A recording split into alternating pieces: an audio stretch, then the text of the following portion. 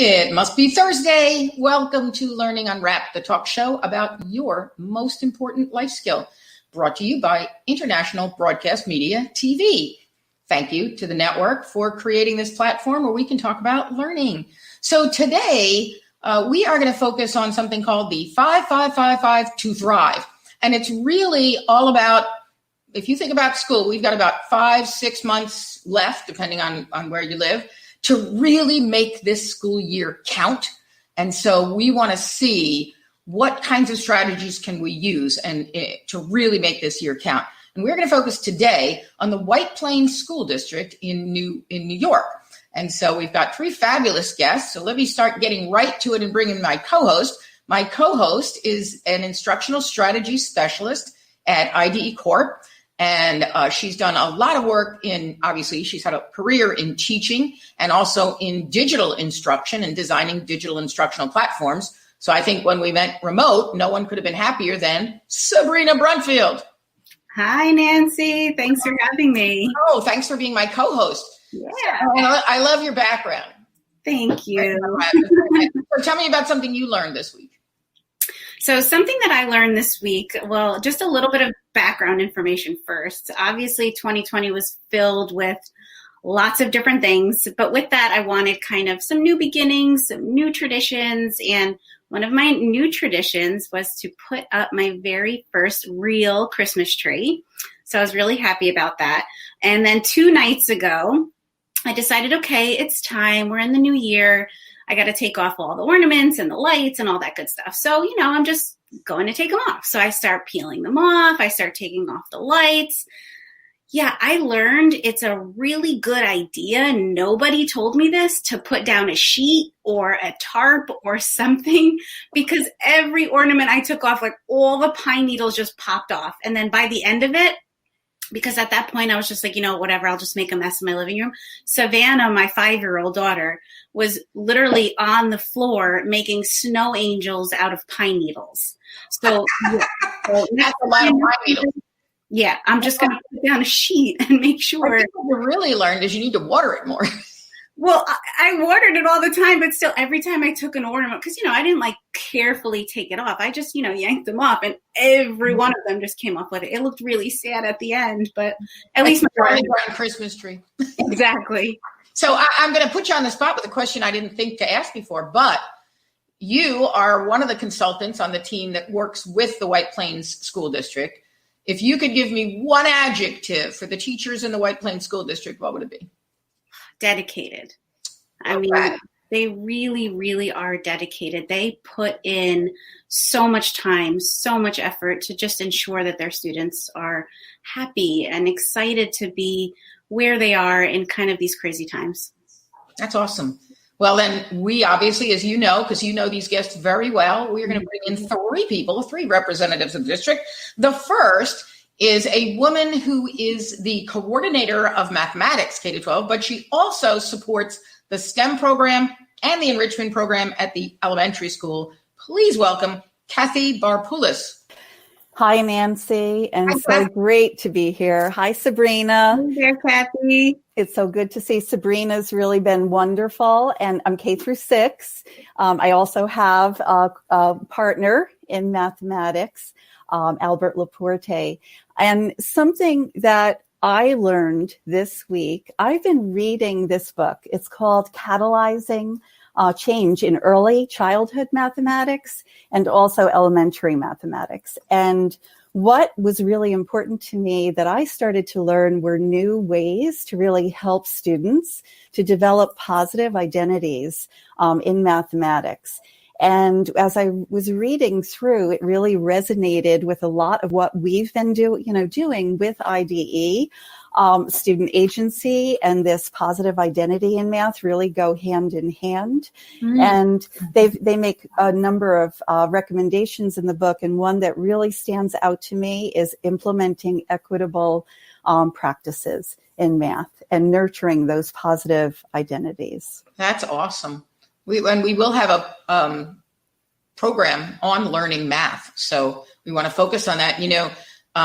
I've often had this discussion, and this will be much longer than today, so we'll have to have it another time, Kathy. But the way I'm a big brain development freak, so that's what I research. And the way we have brain development, it turns out that little girls are developing the first part of their brain that develops has more to do with language, the humanities, and boys tend to develop the part of the brain that has them taking things apart in the science and math. So when you get to like preschool and kindergarten, the boys are kind of rocking the science and the math and the STEM type things, and the girls are rocking reading. But what happens is the girls start to think they're not good at math. The boys start to think they're not good at ELA. And I often said, what if we just started kids and in kindergarten, let the girls really rock reading and not really focus a lot on math? I mean, they can if they want to, but not put a lot of pressure on them, and do the opposite for boys. And then by age 8, everything kind of comes together in the brain, like the brain develops all those sides. And then we would focus on teaching more math, science to the girls and more language arts to the boys. I often wonder if that would make a difference. I'm going to leave us ponder that one and bring in the next guest. So we have with us a woman that I met when we actually had been working in the district on designing learner active classrooms, and we'll talk about that a little bit more. But then we had the pleasure of working with a superintendent, I should say, a new assistant superintendent who was new to the White Plains district, but not new to the position of assistant superintendent. She's kind of, I like to call her a career assistant superintendent. She's got a lot of experience there. Well, I shouldn't say too much. She's not that old. So please welcome Dr. Debbie Hand. Hi, Nancy. Hi, Sabrina. Thank you for having me today. This is a great opportunity. Oh, thank you. It's great. You look like you read a lot. I do. Maybe not every single one of these books, but through time, probably yes. And there are definitely historical books on that shelf that I just can't get rid of. I'm just like, I can't get rid of that. That was my first literacy book that I really, made a difference in my classroom. So, we're happy to share some of the work of White Plains today, and thank you for your support. Awesome. Yeah. Debbie, tell us something that you've learned this week. Well, it's hard to believe because it's only Thursday, but this was the week back from the holiday break. And thank you, Sabrina, for sharing your story. I think I learned by having the ability to take a few days off and, reconnect with my own house and reconnect with my own family. I have children that live a few thousand miles away. So, that's a little bit challenging. But I think it really did make me realize, which is sometimes hard for me, that how important it is to take care of yourself. So, of course, I came into this week saying that I was going to sleep more, I was going to eat better, do all these important things of self-care. And I think I did well until last night. I don't think I got as much sleep as I wish that I would have gotten last night for various reasons. But I just want to hold on to that. I want to hold on to taking care of myself. Self-care. And then I also wanted to share that we had a meeting with the science department. A few teachers from the science department shared with a few of our board members. We have a subcommittee, curriculum instruction committee meeting on Tuesday night. Mm-hmm. And not only are our teachers dedicated, but they are so innovative and so creative. They really came and showed how intricate it is to teach and make this shift to teaching in a hybrid learning environment. And I think that tangible sense of having teachers presented to the board members really made their work come alive. And when we're talking about how much collaborative planning time we need, or how videos can be used in very productive ways in a hybrid learning environment, they were able to illustrate that. So I was excited about that. So those were some of the things that I've learned.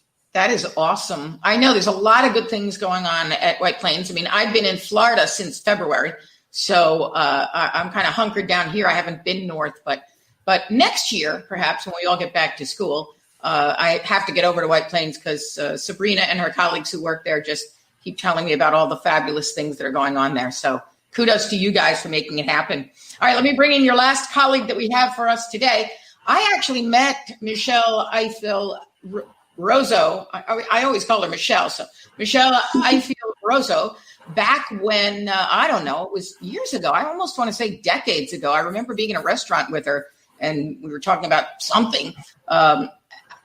But anyway, she has been serving the students of White Plains for about the past 16 years, and she is currently, she's had a lot of different roles in the district, but she's currently a health teacher and the district technology trainer. Please welcome Michelle Rosso. Hello, everyone. Hello, Dr. Sulla. And how are you? How are you? I am fine. Thank you. It's good to have you here. Yes, likewise. Yes. So tell us, Michelle, share with us, what have you learned this week? One fact that I was reminded of this week is that love really matters, right? Love is kindness. Love is patience. Love is integrity. And how we treat others matters too. So when we think of treating someone badly, before we think of treating someone badly, we have to think of him or her as ourselves, as in looking into the mirror. And we should be reminded of the golden rule. How do we want to treat others the way we ought to be treated? So I think love really matters and love is important. I was reminded of that yesterday. That's a wonderful thing. It's true. Yeah. We so many lessons to learn throughout 2020. How many of you are thrilled that we're in 2021 now? And we've got our audiences putting up what they've been learning. And actually, you have someone, Sabrina, up here that put, embrace the needles. You'll be finding them in July. Oh, I have already found them in my clothes. So It's true. So we've got lots of things that our directors will put up some of the comments about what everyone is learning about. And I want to talk a little bit about, to set the stage for this topic, which a lot of the topics we talk about are topics that are widely known. But 5555 to thrive is like, what? What's that? And so it really originated with me. I have been the designer of the Learner Active Technology Infused Classroom, and we were working in White Plains with a cohort of teachers that had been really rethinking instruction. And when we shifted over to remote, I realized that a lot of the structures and strategies of LATIC worked because we're all about engagement, empowerment, and efficacy. And I talk about LATIC in my book, Students Taking Charge. But then I thought, well, how can we provide strategies that like everybody can use to thrive for these remaining 5-6 months of the school year? And I call it the 5555 to thrive. And there is a video that I have up on YouTube. And so the directors, after we see some comments, they'll put the URL up there so that you can go off and take a look at it. But I want to focus a little bit more. So Carrie, if you can bring back the 55555 to thrive picture, it's all about 5 types of PBL. I call it the 5 Ps of PBL. And essentially, how do we engage kids? We engage them by letting them solve real world problems. And my favorite one is at the bottom, pursuit-based, which is let the kids pick their own problems. And then it's 5 different types of video. You know, a lot of times we think of videos as just the instructional video, but we're saying record that short 1 or 2 minute morning message to just connect with your kids.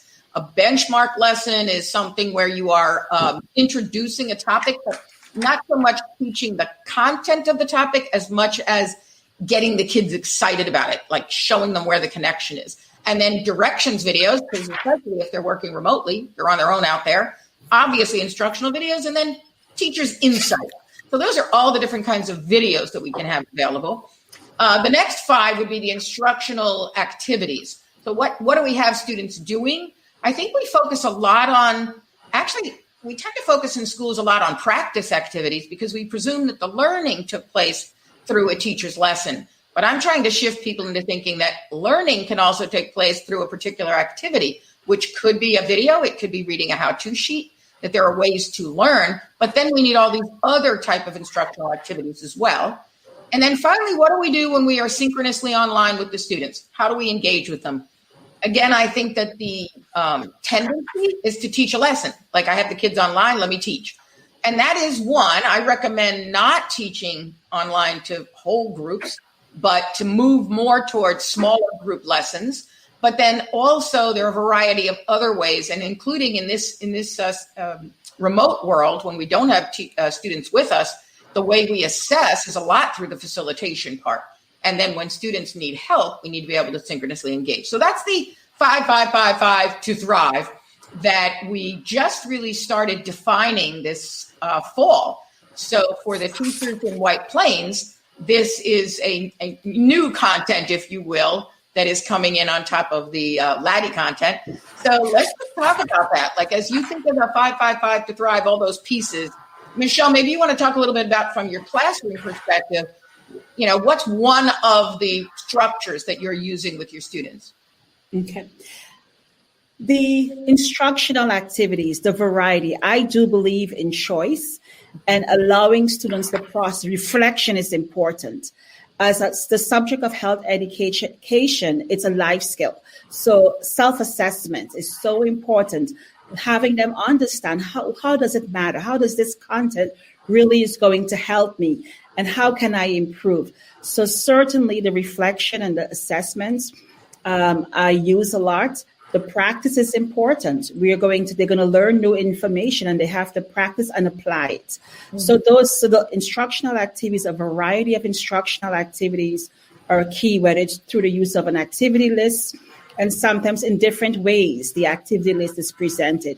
That has really been a lifeline for my students. Mm.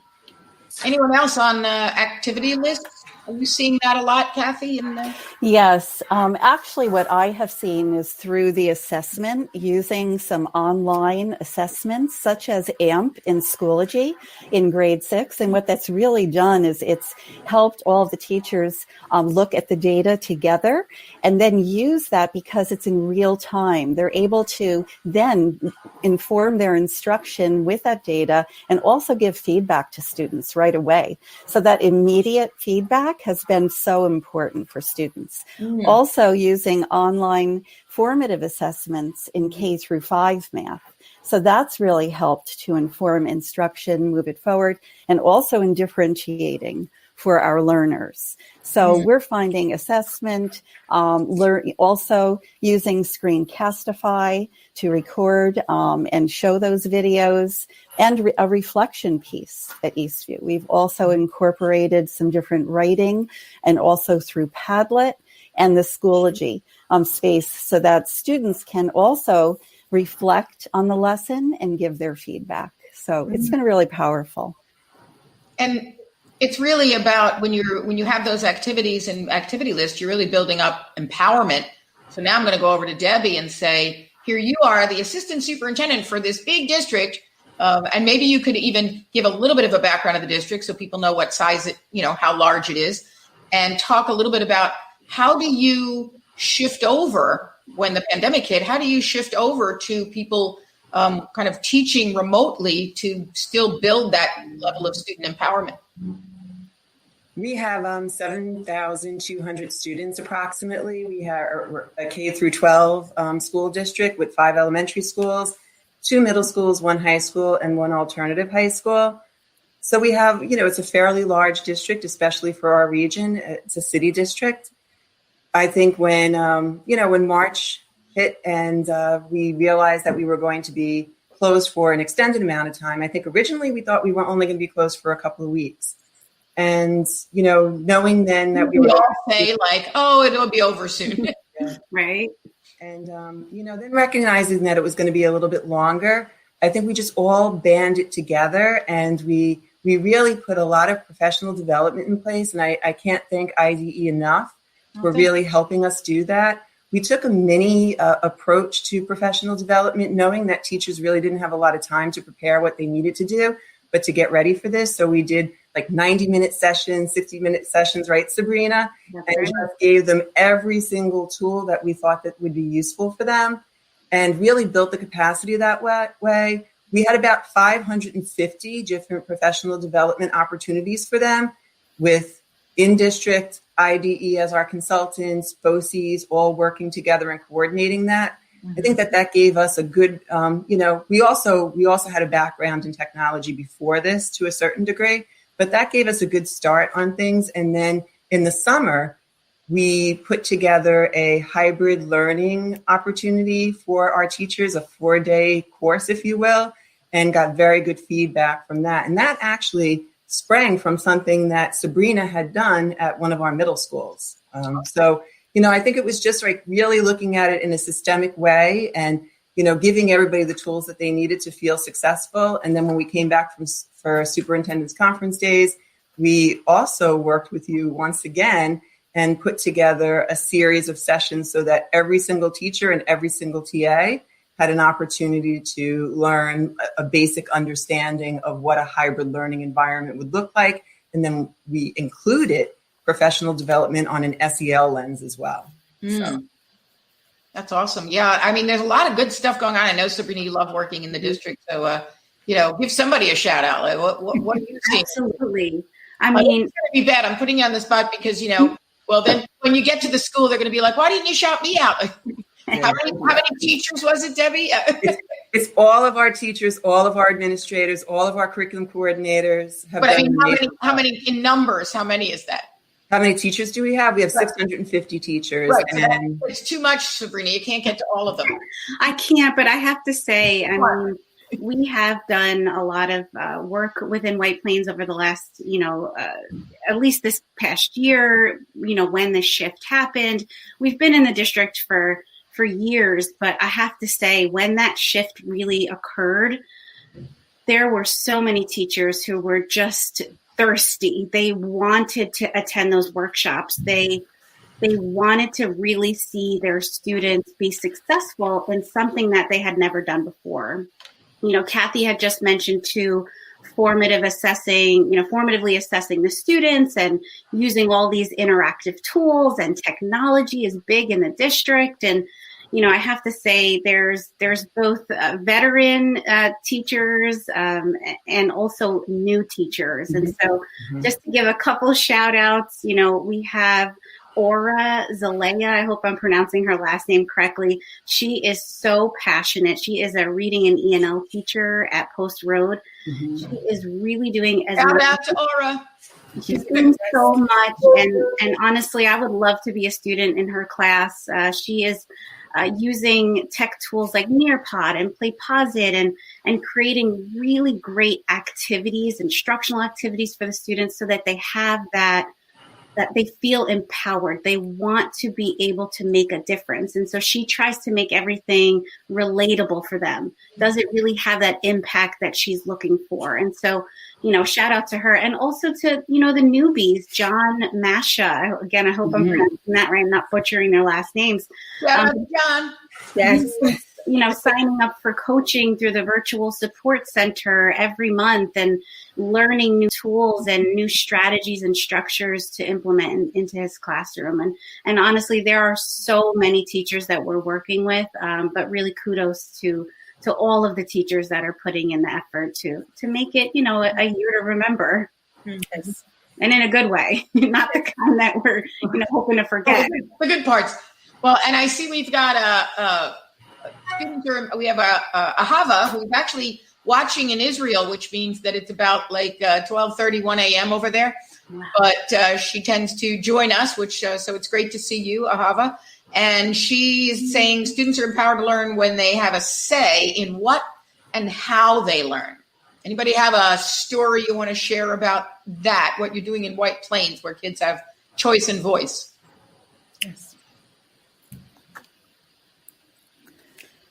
I would certainly share in one of the project-based assignments I give students is a passion project. They can choose to work on a passion that's really going to help them. And one of my students, her passion was piano. And she did daily reflections. And this was something they did outside on their own. And they have to do daily logs and practice. And she wanted to improve a piece. And in her reflection on the project, she said that she wanted to teach kids how to play the piano. And I was able to allow her to connect with 3 kids. And now she's teaching them virtually and she's getting paid for it. So it was really meaningful. It was an authentic project that now has extended. She's fulfilling her goal and her dream of teaching students how to play piano. So now she's an entrepreneur. Yes. Future show topic. That's fabulous. And that goes back to the 5 P's of PBL, pursuit-based learning. Let students follow something, pursue something that's of interest to them. So now I'm going to switch us over then to the PBL side, because we actually did have another comment from Holly that said students are empowered to learn when they have a problem to solve, and that produces a need for learning. So I know that in White Plains you're using problem-based learning. So who wants to share first? Go ahead, Kath. I'll share.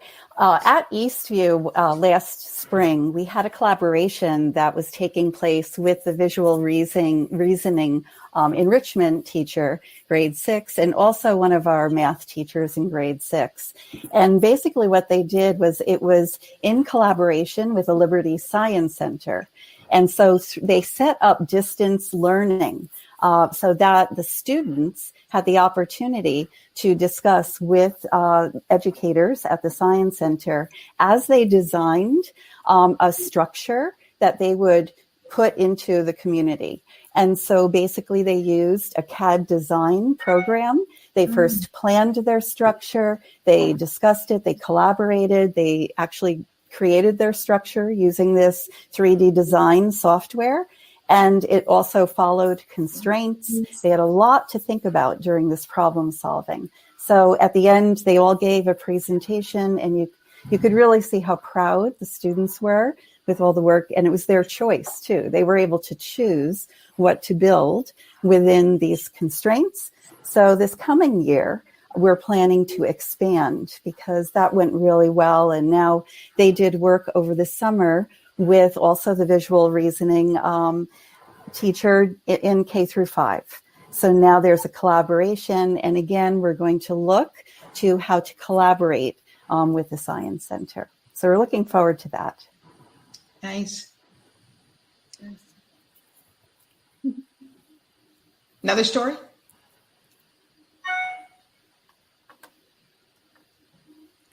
My 7-year-old was struggling with telling time. He's a big kinesthetic learner. We put a clock on a basketball court and connected it to running plays. Now he's a pro.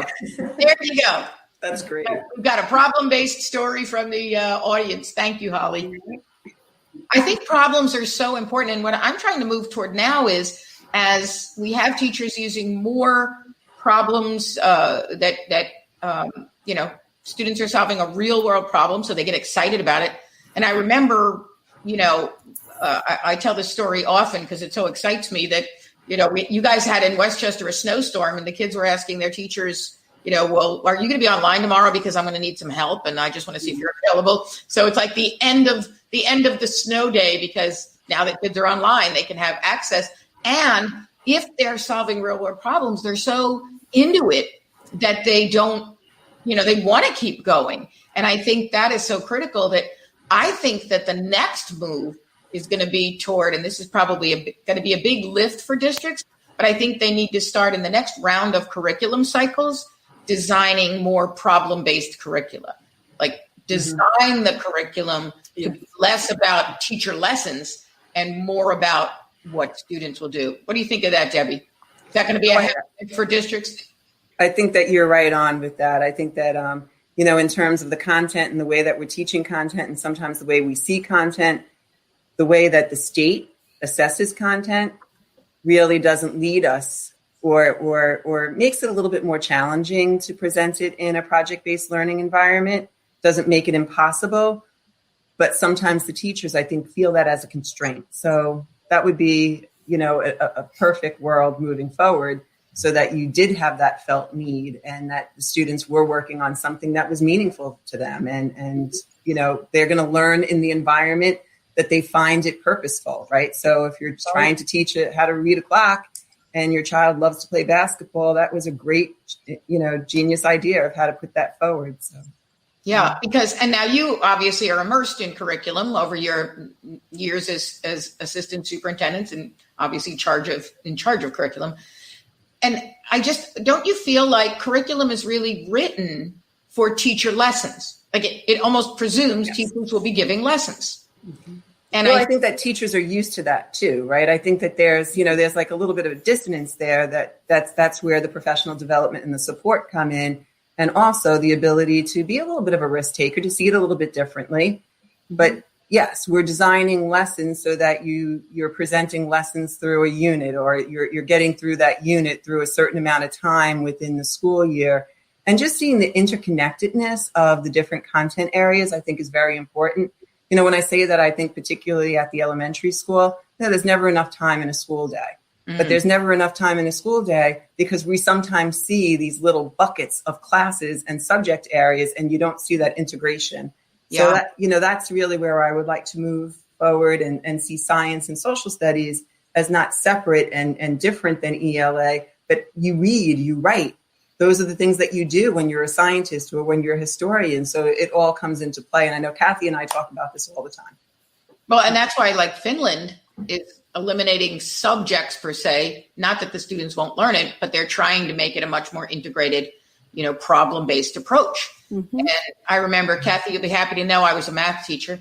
And when I was teaching the students who couldn't, who aren't really learning math, but I switched over to problem-based learning. And while I couldn't always track exactly what they might be getting out of certain experiences, they were getting everything they needed and more. And that's, I think I've told the story on the show before where my principal said, your math students outpaced the regular ed kids in percentages. How did you teach percentages? And I said to him, I didn't get to that chapter. So, they learned everything about percentages without it being the focus of my lesson. And I think that's powerful. Yes. So, Sabrina, did you want to say something? Well, I was just going to agree in that when it is meaningful, everything falls into place. The students are more excited about it. They are more motivated to push their learning further if they feel like what they are doing is having an impact on their lives or the lives of others. And so, I think that it's a great way to move forward. And writing curriculum, I know that someone had just put in the I think it was Lauren, I wish that more teachers knew how to write curriculum in a sense, right? Because it can help them to see that the lessons don't have to be like in those buckets that, Debbie was just speaking of. It really needs to be much more integrated, and it would help to motivate the students more. Yeah, and I never understand why teaching has become this, it really comes from philosophers a million years ago, delivering the content. So it's about the lesson, and it's sitting and listening to the teacher present the lesson. And then with the factory model, we got to, factory, we can make it efficient. We're going to put kids like in rows, or, this is your math class, this is your social studies class. You'll come here and we'll fill you up with math. Then we'll fill you up with social studies. Then we'll and all, again, everything is about this information going out to students rather than really just tapping into what your 2, 3, 4-year-olds could tell you, which is just give me a world and I'll dive into it. So I feel like we have to reboot. And that's my next question for all of you is what opportunities have you found? What little golden nugget opportunities have you found through this pandemic? I know when the pandemic hit, it was there was just a lot of but I bet as you think about trying to shift what the focus of instruction is or how to teach, what have been some of the, the golden nuggets, opportunities? Michelle. So there are a few golden nuggets. I think the first is collaboration, that even in the pandemic, students still need opportunities to collaborate, to pair up, to discuss, to digest, and creating, using the Zoom platform or whatever platform you're using, allowing kids to work together, to brainstorm together. Has been a golden nugget for kids, so they can continue to build their social skills, that they can continue to learn and grow and celebrate their own learning. Another golden nugget is really the importance of life skills, that we can teach skills through our content. And that's the essence, because everything as an educator we're teaching, that content can be found online. So how are we going to allow kids to curate, to create and share and relearn and find the importance has been a really key. So teaching those skills through the content has been something that resonated as a golden nugget. And allowing kids to learn and relearn how to learn I think it's very important. And we have to give them that opportunity. What does this information representing mean to you? What are you going to be able to do with it? What can you do with it? And giving them that opportunity to really think and grow and develop, because we really want to create lifelong learners and really skilled individuals. Yes. Who can really make a difference. It's not just giving content. We're facilitating learning in a way that is going to be meaningful to them outside of the classroom walls. And I see Radula Bajaj, who was she was a guest on our show. I see, it's good to see you, Radula. She had made this, the bit about compartmentalizing information, but then, when they have to really go out and interdisciplinary, the world is interdisciplinary. Mm-hmm. So if you really think about it, much of what we do in our lives is not just one discipline. Much of it is interdisciplinary. Why don't we teach that way? Why can't we get there? Golden nuggets. Kathy. Yes. So something that I heard from actually across all disciplines was small group instruction. So as we have students engage in breakout rooms with instructors or engage in breakout rooms with other students, we really we're able to have that very deep dialogue and discussion. Mm-hmm. And as teachers, for example, the music teachers, joining together in a breakout room with students and hearing them play an instrument. And I know that Gary West described to me how powerful that's been for those teachers to get to know those students. And teachers in mathematics, in ELA, having that small group choice. Also, being able to have a collaborative with teachers, collaborating across the district so that teachers are able to just very easily gather together in these collaborative groups. We have Wednesday afternoons set aside, and we have offered some professional learning opportunities, but teachers also are collaborating with their colleagues across the district. Now, in the past, we've had to get in the car, go over to a building, but now it has made it so much easier having these collaboration spaces. And then the choice. I think those activity lists and students having choices, that's really helped engage our students in the learning. And so when they're getting together to solve those non-routine problems that are attached to real life experiences, they have that space. They have the choice of what to work on. And I know we've had different projects. It's called Pick a Project in the elementary level that students are able to choose. And then going back to the activity list, those activity lists can really play an important part. So those are some of the structures I see staying and ones I've heard from my colleagues. I love how you connected those, though, because that's so important. With the 5-5-5 model, you've got the 5 P's of PBL. So the problem-based learning is meant to get the kids engaged and hook them.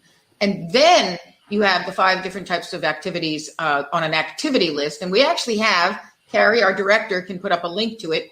We have a website. It's free. It's ddal.idecorp.com.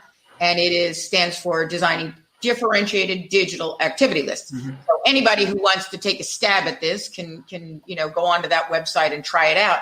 The key is that if you're using activity lists without a real world problem to solve, then it's a compliance structure. Mm-hmm. And even though kids are excited that they get to make choices, that's going to wane. Like once they get used to that, that's like, okay, so I get to make choices. But again, I'm compliantly going down a list.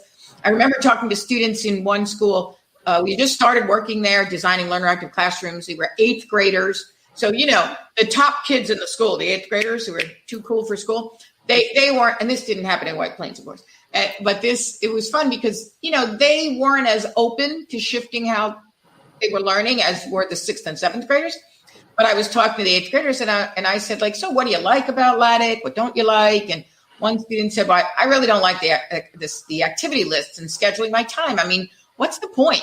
So I said, well, but, don't you want to have control over? And he said, I just want to get it done. So I just go down the list and go like up and what that order, no big deal. And then another student said, oh, but in Miss So-and-so's class, you have to schedule your time because her activity list makes you figure out how you want to learn it and who you want to work with. But And I was like, bingo, that's the difference. If your activity list is just, here are 10 things you have to get done, and maybe there's a couple of choices here and there, you don't have to think through that. But if your activity list includes, well, you're going to have to work with a pair here and a group here, and then individually, and then there are 4 different ways to learn this, now the student really has to put some executive function into that, and brain cells into, how am I going to make my choices and effectively craft out, and Michelle used one of my favorite words, curate my day. And so, but if you have a real world problem to solve, then you want to dive into that activity list to figure out ways to learn it. If you just have the problem, but there's no choice and voice, that can almost be just a layer. But if you have the activity list without the problem, so it's kind of like, I always think the 5-5-5 goes together. And that's why I presented it as a set of puzzle pieces. Mm-hmm. Debbie, before we take our station break, if you will, let me ask you, what have you found to be a golden nugget opportunity through this pandemic? I think that, I agree with everything that Kathy and Michelle said. I think collaboration has been very important for us, and just having technology tools that give us that capability of collaborating across buildings. When you think of 5 elementary schools, and your elementary school teachers are always saying, what's going on in other schools.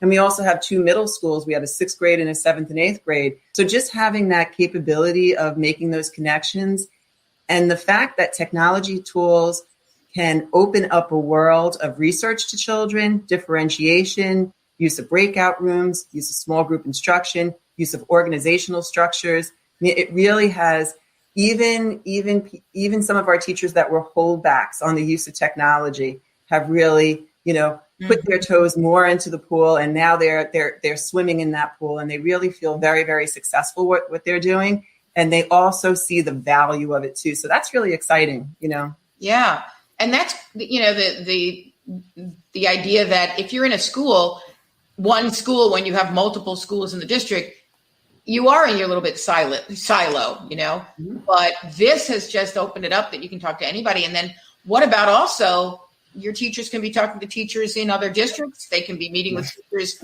around the world. I mean, we really have an opportunity here to expand the walls of our classroom. In the pandemic, they haven't had much time to do that. They've been very, very busy, as Michelle could tell you. So yes. But maybe these could be some of the things we take into the new year. Yeah. Like the way you think about it. Well, I love our conversation. I want to take a short station break here to thank International Broadcast Media TV and Gwen Fan, who is behind the scenes there as our director, who is helping out our IDE directors, Carrie and Boyd. And then also Ankit is the senior executive producer, and we've got Nick and Kim are the producers. Great people who are putting together this network.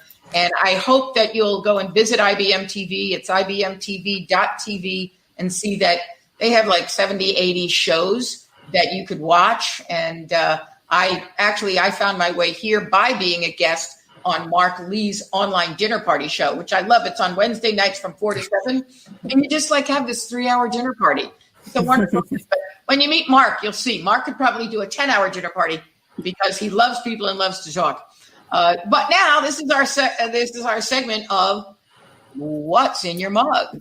So you'll notice that my mug has a picture of me, which I normally would not buy a mug with a picture of me, but this was given to me as a gift. So that was very exciting because you'll see that it's my show.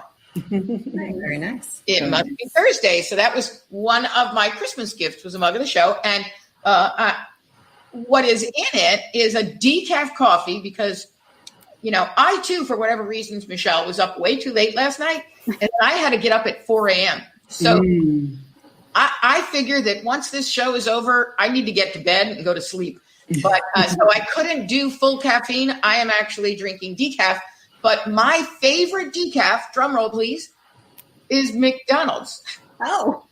McDonald's makes the best decaf coffee. So that's what's in my mug. Debbie, what is in your mug?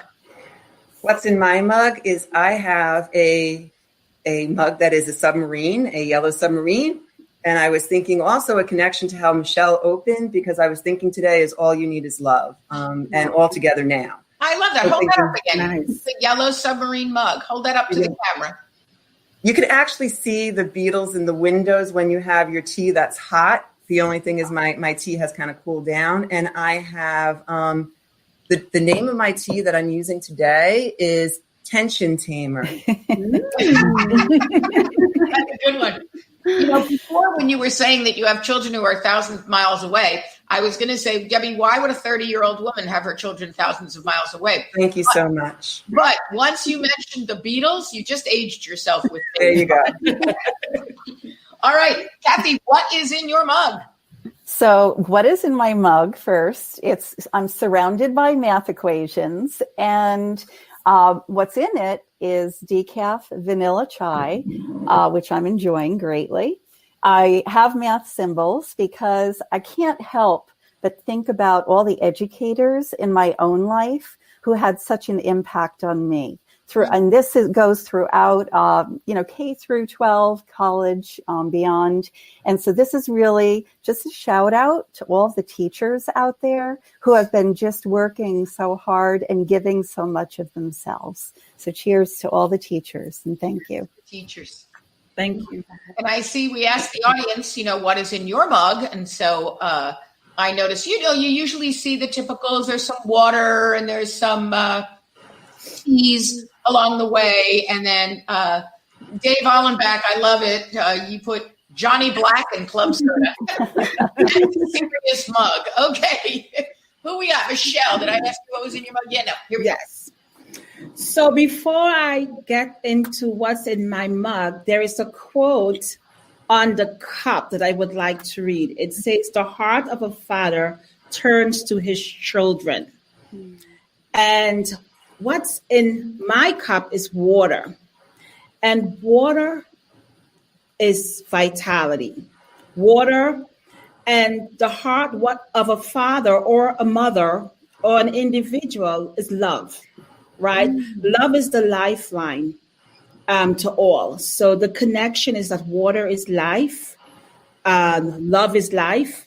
We cannot exist without love, right? Love is the glue that connects to everything. Yeah. And without water, everything dries up. So that's the connection. See, Michelle, you've created a new theme for my show now. Thank you. Cheers. So in order for us to toast, Sabrina, we need to know what's in your mug. Well, it was a perfect segue to mine because love is life, right? And I'm a super sentimental person. For those of you that know me, I'm sure you can already imagine what's to come. It was my first Mother's Day mug, and it has my daughter's little handprint on it. So I couldn't resist. This is my favorite mug. And that's a love mug. Yeah, it just has like a little saying on it, but the best part is like her little hand. I don't know, it just warms my heart. And inside isn't warm, but it's some sweet peach tea. Mm-hmm. Cheers. Yes. I guess, guys, as we toast now, the funny thing is because I wait so long before we get to the what's in your mug, we're all like, it's a little cold now. I think we'll go along with what you said, Michelle. Let's toast all those teachers who are out there reinventing instruction. Yes. Yep. Yes. Here's to you guys. All right, let's get back to our discussion. All right, so I actually have a question for you guys. Now, I know that we've been talking a lot about empowering students, and I think that ultimately empowering students is about a realization, right? And teachers and students have a lot to learn from each other. And when students can really make a difference in what they've learned, they'll be more motivated, right? We talked about the impact. Mm-hmm. So my question for you is, how have you really motivated the students this year? And kind of, looking into 2021, things are still very different. Students are still working on those life skills, those executive function skills. So either what have you done personally to motivate students, or what would maybe some of your recommendations be? Because I know that some of you are in leadership positions as well. I would like to share is building class culture. Culture is so important with my kids. Every day they enter, I ask, how are you doing? And they have to share their reaction. So, and just connecting with my students, getting to know them. Even when as a group, how was your day? I asked a variety of different questions. That is part of the engagement. When you're immediately able to engage with them, let them know that you do care. And learning the content is also learning about them and allowing them the space to feel safe and feel comforted and connected. So I think that is an important piece in empowering my students to at least feel that they're a part of the school culture, they're part of the class, and what they're doing is very helpful. Because even when I present the problem, and at first I let them know why we're learning what we're learning and what it means to them. And then they have something to help. How are you going to help the solution?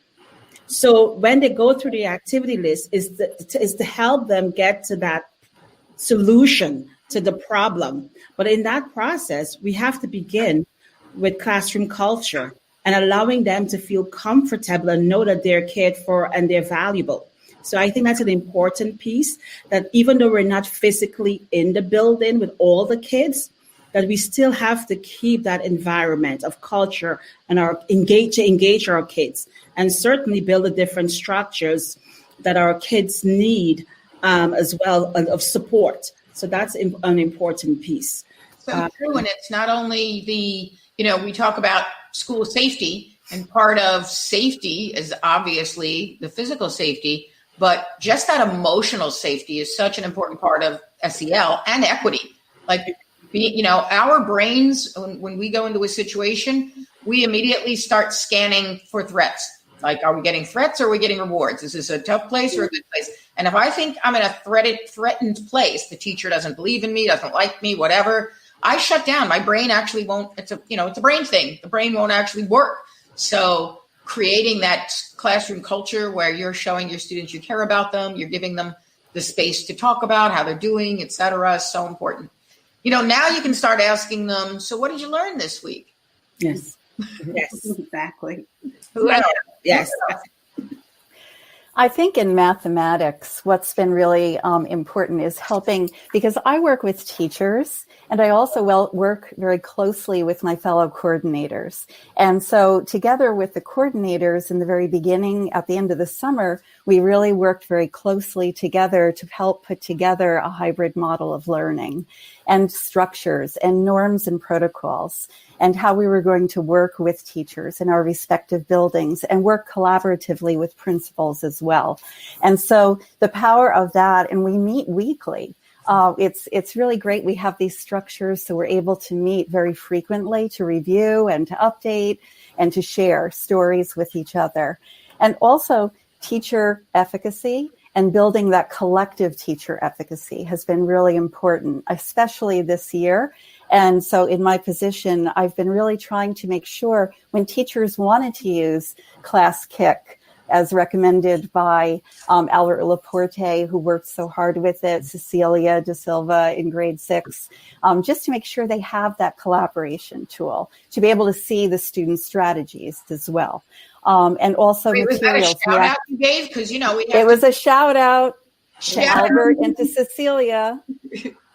And also to make sure that our students have the manipulatives they need.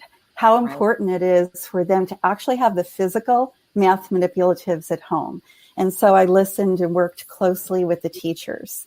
Also, helping to support our math specialists as they used a Weebly site, as they wanted to put up all kinds of videos on that site, as well as our STEM teachers. So it's a shout out to the math specialists and our STEM teachers and our enrichment teachers too, who I worked shout out, and to Lauren and to Lisa, our enrichment teachers who actually gave professional development. And it's this whole collective efficacy.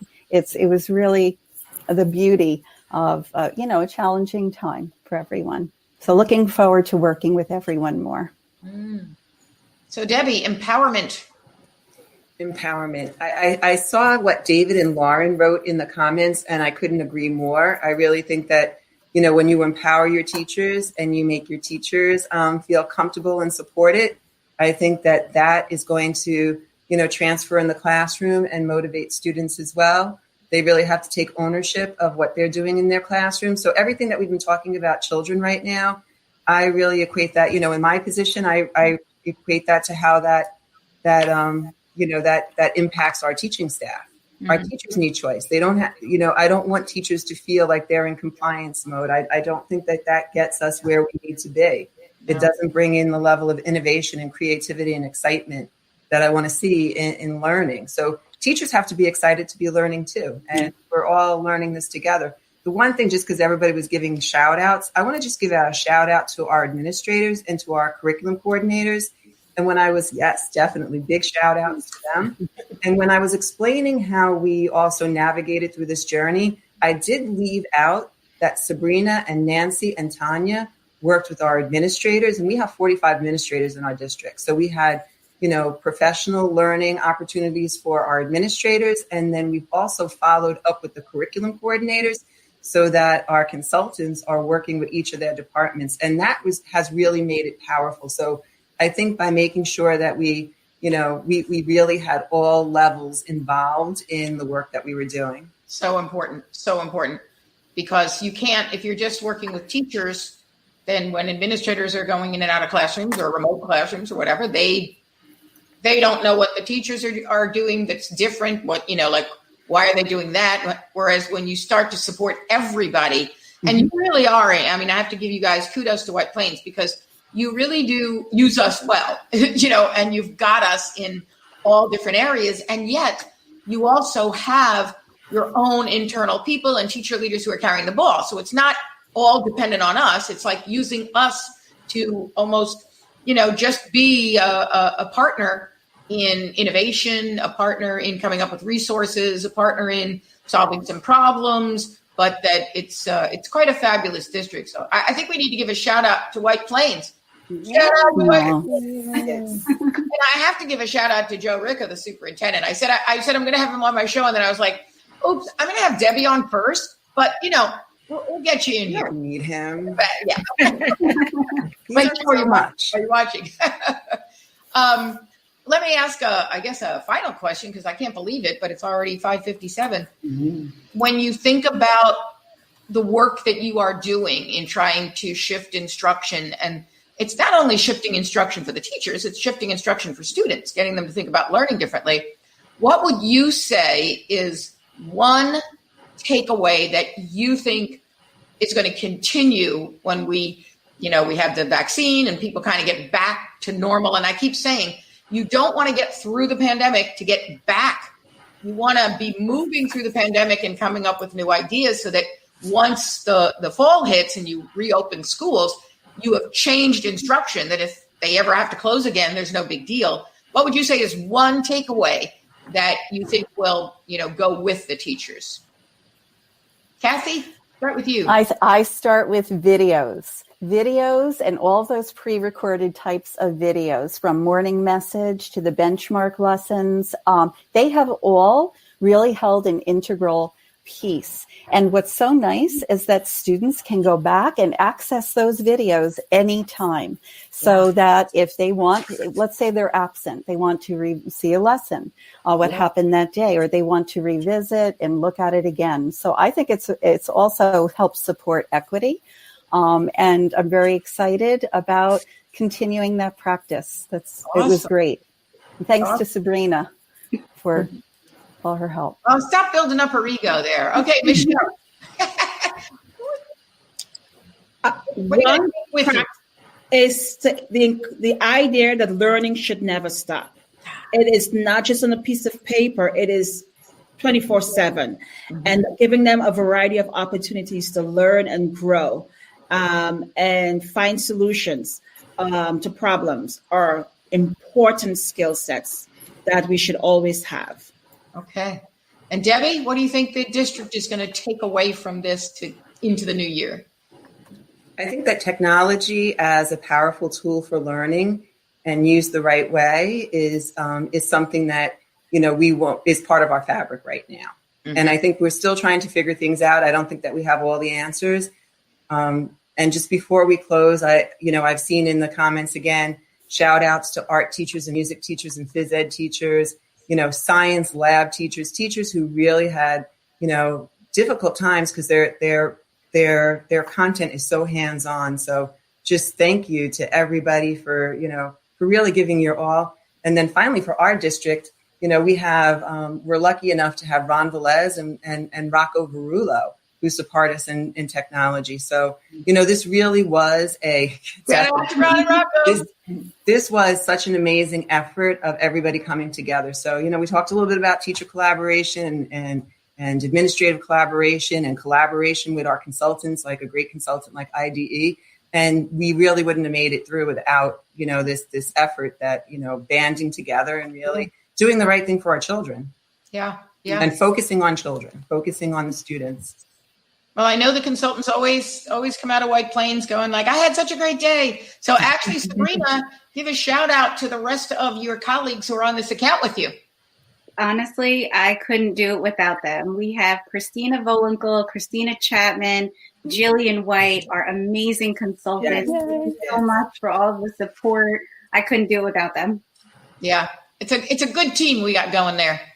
All right. Well, I can't believe it's 6:01 already. So Debbie, Michelle, Kathy, thank you so much for being my guests and for sharing a little bit with it. We could fit into an hour about all the amazing things that White Plains schools are doing, because I know the kids are benefiting. So I really appreciate you being here.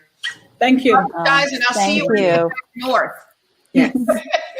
And Sabrina, I guess it's the end of our show. So next week we have STEM. We have STEM all day, every day.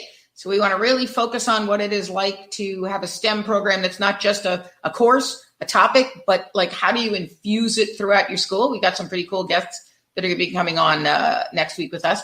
And, when it comes to those videos, and you'll remember this, Sabrina, we were trying when we were coming up with the different types of videos that teachers can use. And we came up with the morning message. And we said, basically, every teacher, and it's not only the morning message, if you're at the secondary level, it's the daily message, that you would just record that short 1 minute, 2 minute, hi kids, it's Wednesday. I really enjoyed reading your essays or whatever, just so they have a connection with you wherever they are, whether they're in class or at home.